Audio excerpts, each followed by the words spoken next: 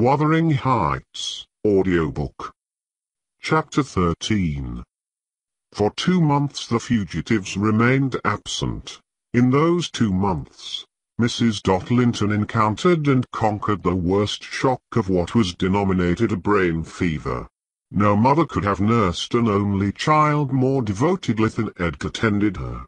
Day and night he was watching, and patiently enduring all the annoyances that irritable nerves and a shaken reason could inflict, and, though Kenneth remarked that what he saved from the grave would only recompense his care by forming the source of constant future anxiety, in fact, that his health and strength were being sacrificed to preserve the ruin of humanity, he knew no limits in gratitude and joy when Catherine's life was declared out of danger, and hour after hour he would sit beside her, tracing the gradual return to bodily health, and flattering his too sanguine hopes with the illusion that her mind would settle back to its right balance also, and she would soon be entirely her former self. The first time she left her chamber was at the commencement of the following March. Mr. Linton had put on her pillow, in the morning, and full of golden crocuses. Her eye, long stranger to any gleam of pleasure, caught them in waking, and shone delighted as she gathered them eagerly together. "These are the earliest flowers at the Heights," she exclaimed. "They remind me of soft thaw winds, and warm sunshine, and nearly melted snow. Edgar, is there not a south wind, and is not the snow almost gone?" "The snow is quite gone down here, darling," replied her husband, "and I only see 2 white spots on the whole range of moors. The sky is blue, and the larks are singing, and the becks and brooks are all brimful. Catherine, last spring at this time, I was longing to have you under this roof. Now, I wish you were a mile or 2 up those hills. The air blows so sweetly, I feel that it would cure you." "I shall never be there but once more," said the invalid, "and then you'll leave me, and I shall remain forever. Next spring you'll long again to have me under this roof, and you'll look back and think you were happy today." Linton lavished on her the kindest caresses, and tried to cheer her by fondest words, but, vaguely regarding the flowers, she let the tears collect on her lashes and stream down her cheeks unheeding.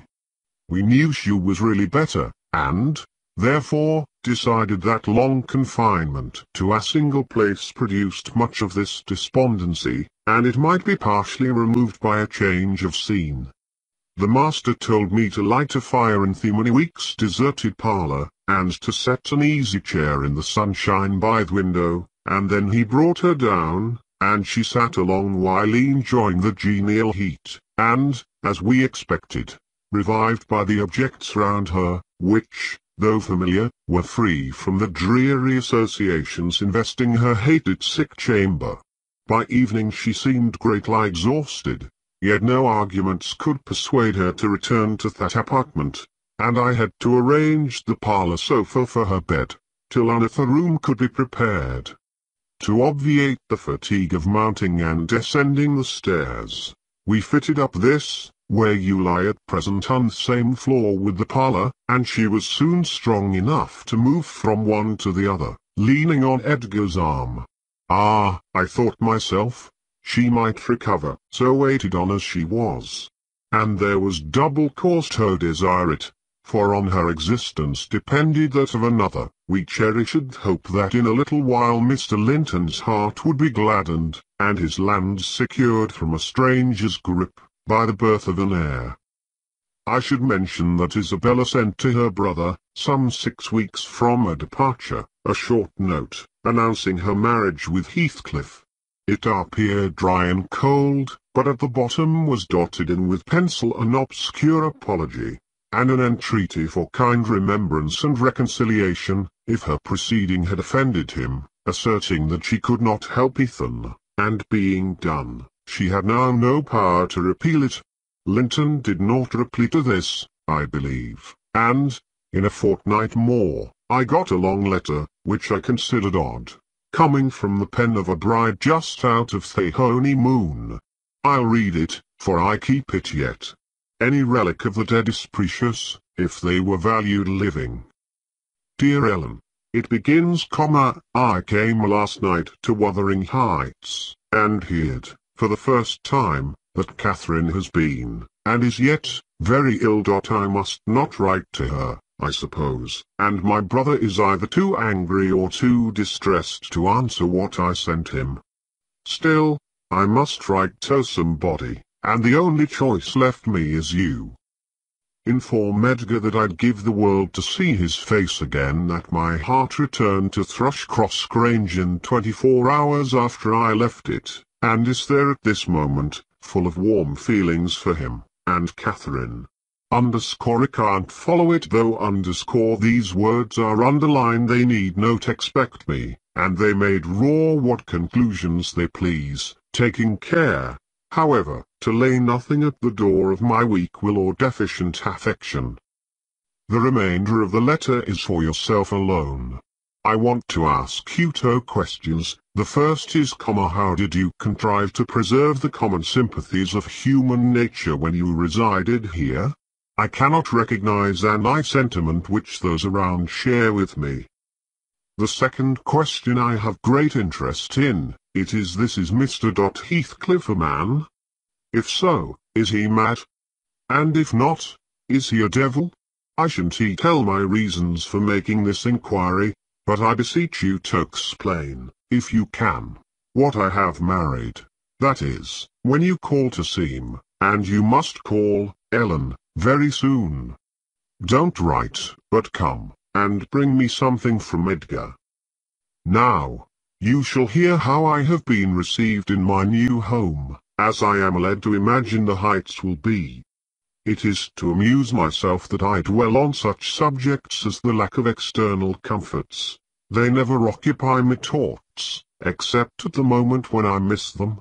I should laugh and dance for joy, if I found their absence was the total of my miseries, and the rest was an unnatural dream.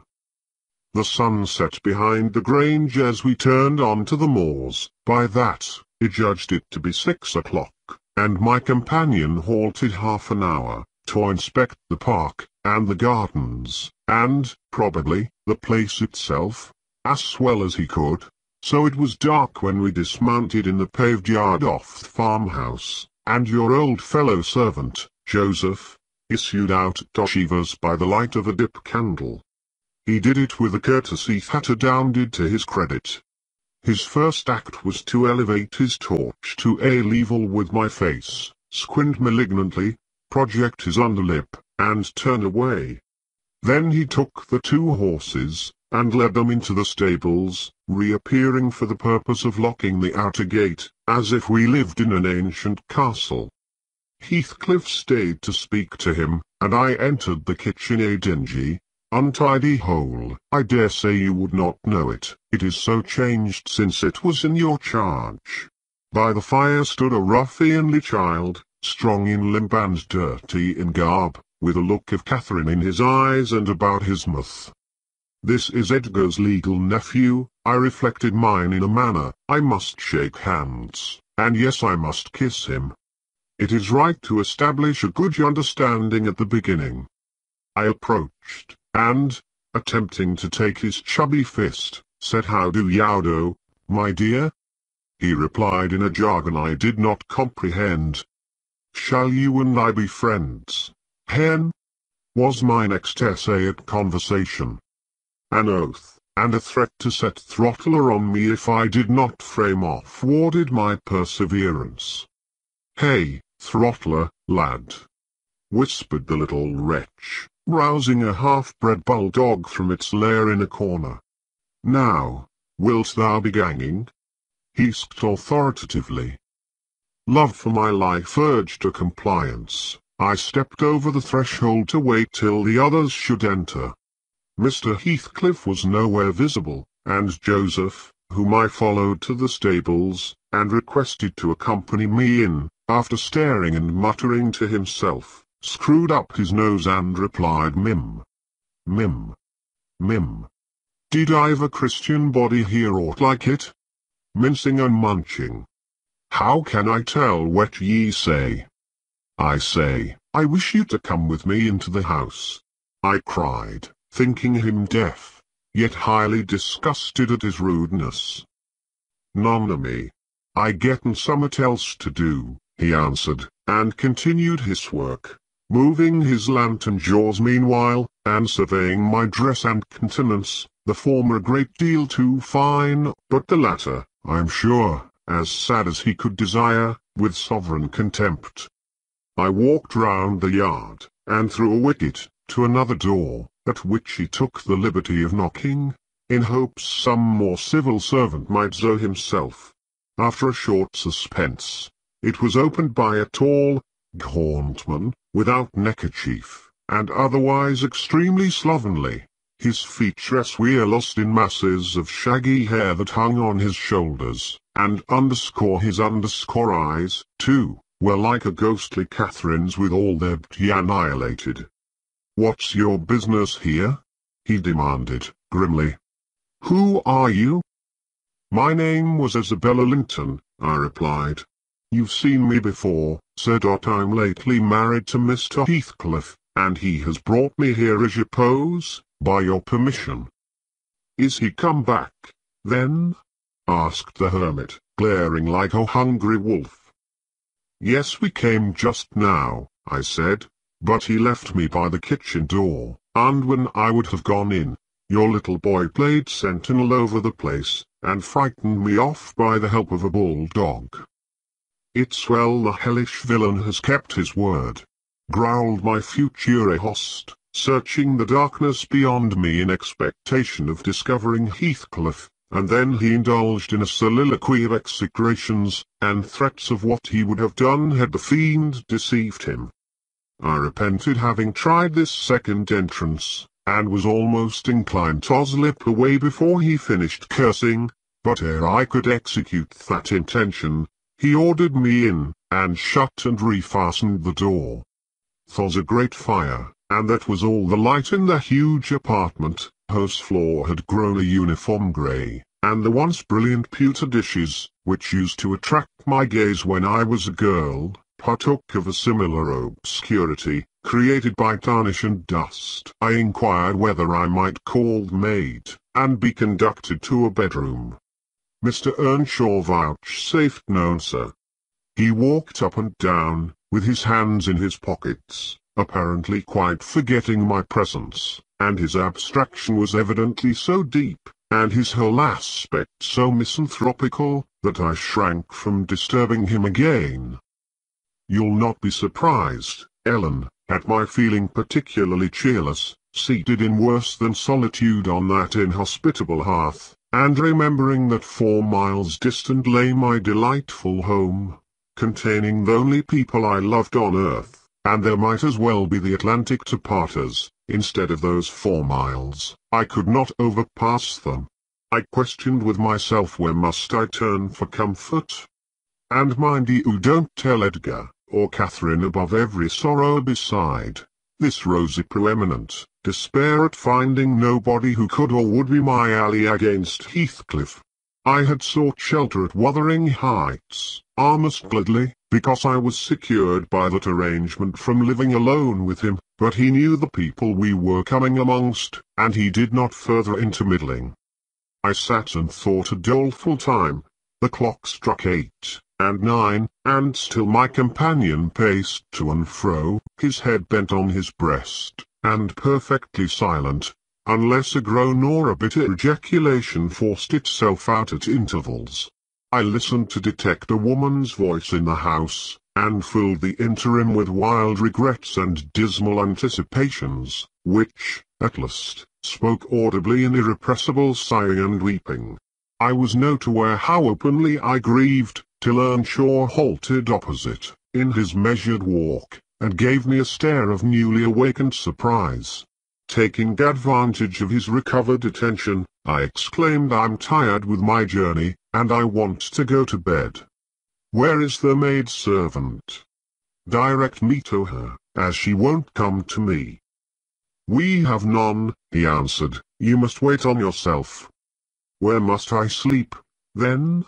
I sobbed. I was beyond regarding self-respect, weighed down by fatigue and wretchedness. "Joseph will show you Heathcliff's chamber," said he.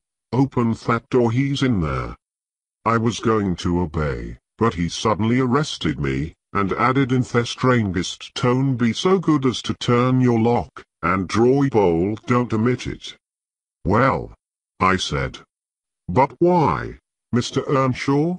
I did not relish the notion of deliberately fastening myself in with Heathcliff.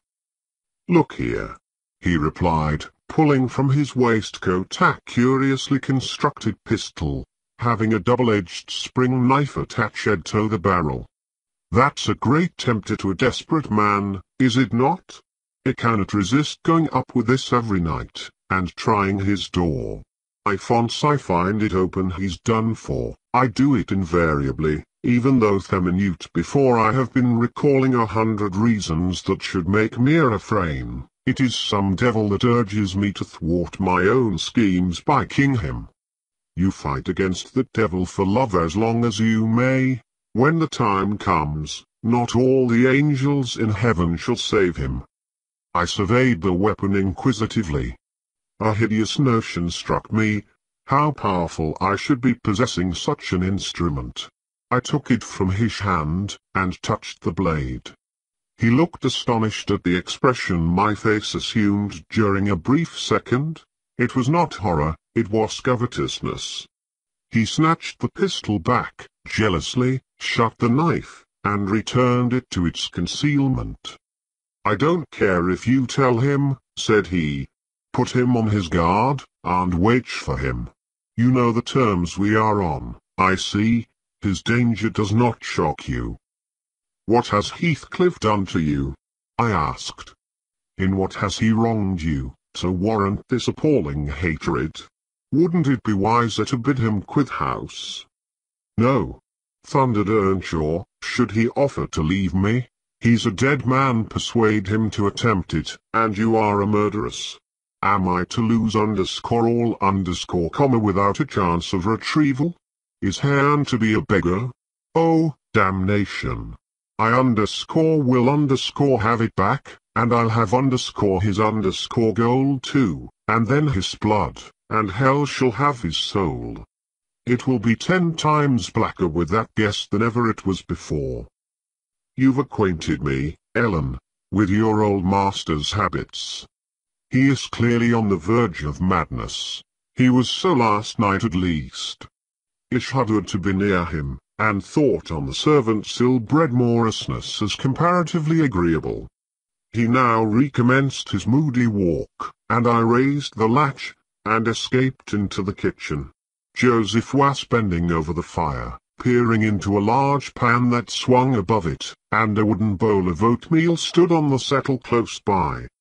The contents of the pan began to boil, and he turned to plunge his hand into the bowl.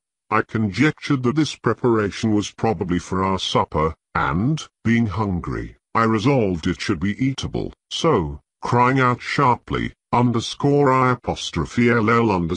make the porridge, I removed the vessel out of his reach, and proceeded to take off my hat and riding habit. "Mr. Earnshaw," I continued, "directs me to wait on myself. I will. I'm not going to act the lady among you, for fear I should starve." "Good Lord," he muttered, sitting down, and stroking his ribbed stockings from the knee to the ankle.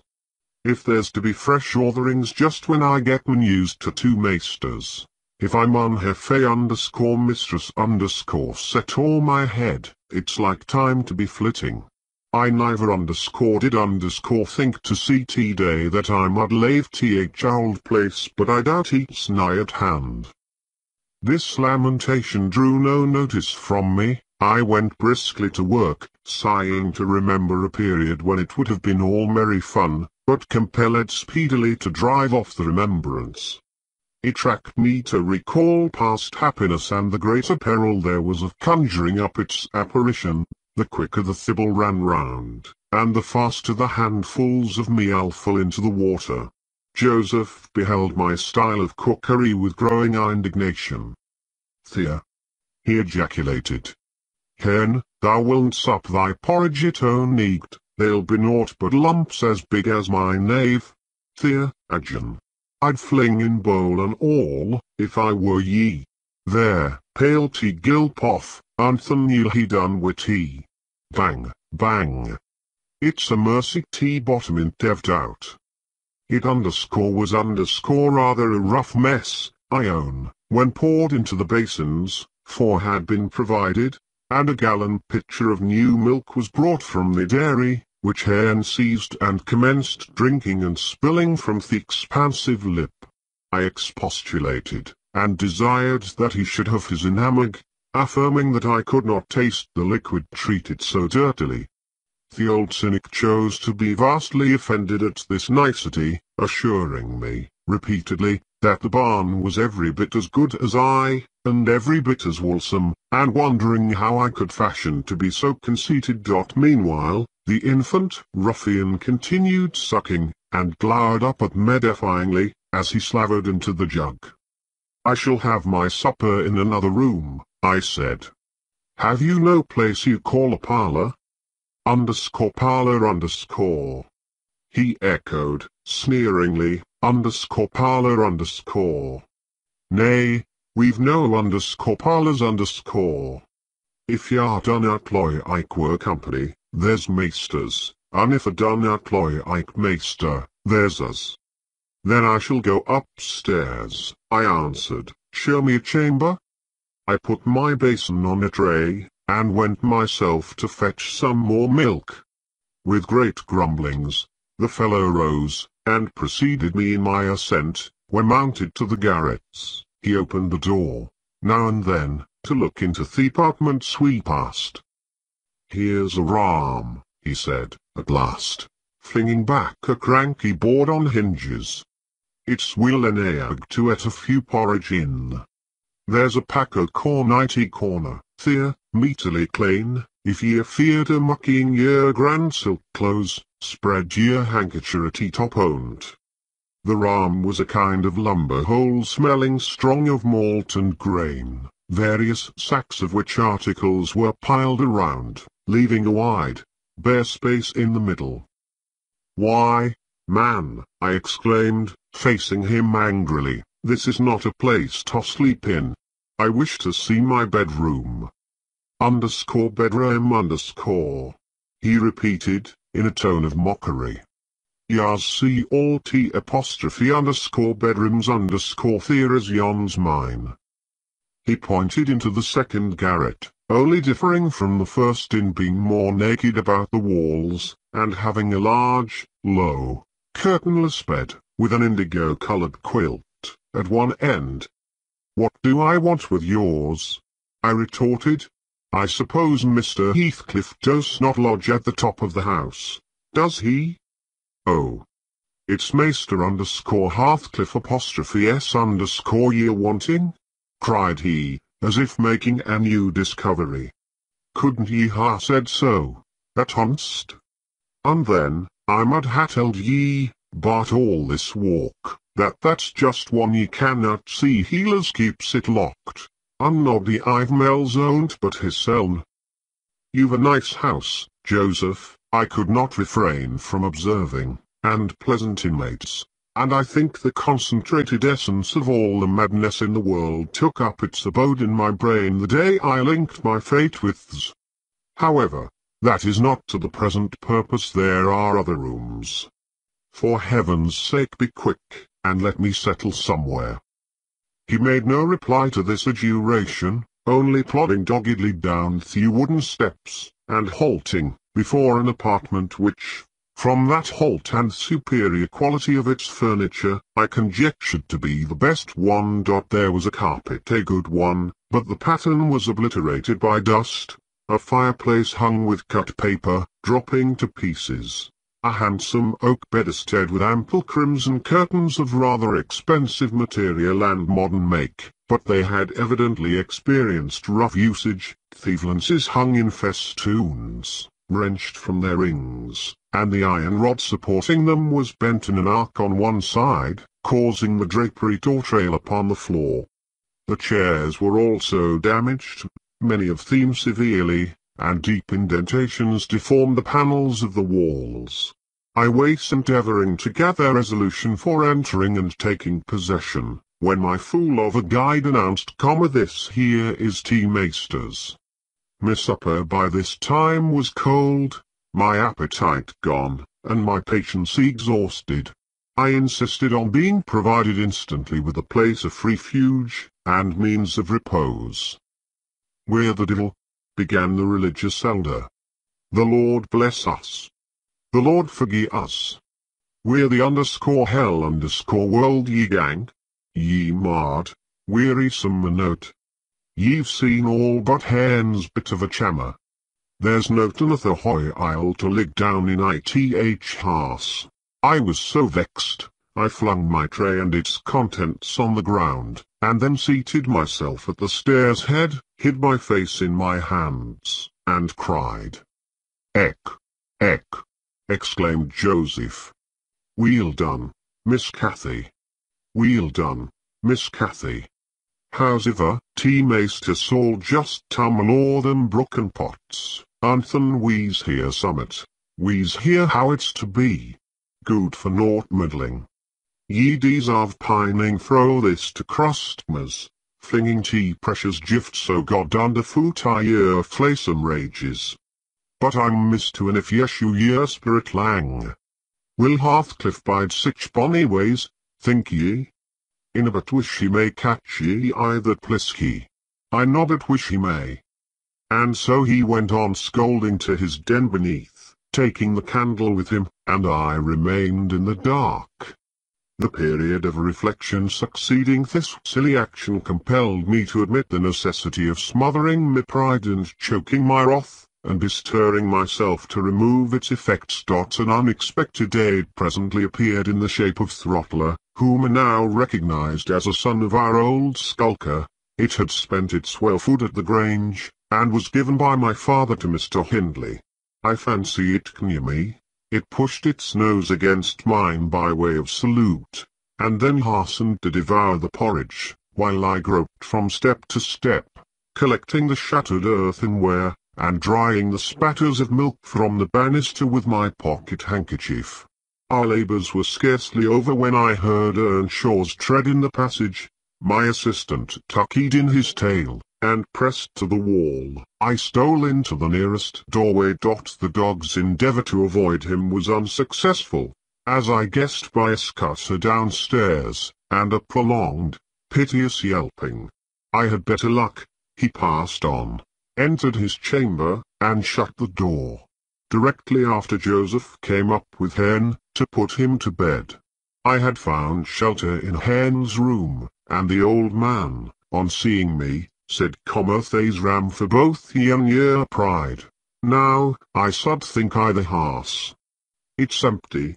Ye may have it all to yourseln, and him as allus makes a third, is it chill company." Gladly did I take advantage of this intimation, and the minute I flung myself into a chair, by the fire, I nodded, and slept. My slumber was deep and sweet, though over far too soon. Mr Heathcliff awoke me. He had just come in, and demanded, in his loving manner, what I was doing there. I told him the cause of my staying up so late, that he had thick of our room in his pocket. The adjective _r_ gave mortal offence. He swore it was not, nor ever should be, mine, and but I'll not repeat his language, nor describe his habitual conduct. He is ingenious and unresting in seeking to gain my abhorrence. I sometimes wonder at them with an intensity that deadens my fear. Yet, I assure you, a tiger or a venomous serpent could not rouse terror in me equal to that which he awakens. He told me of Catherine's illness, and accused my brother of causing it, promising that I should be Edgar's proxy in suffering, till he could get hold of him. I do hate him. I am wretched. I have been a fool. Beware of uttering only breath of this to anyone at the Grange. I shall expect you every day. Don't disappoint me! Isabella.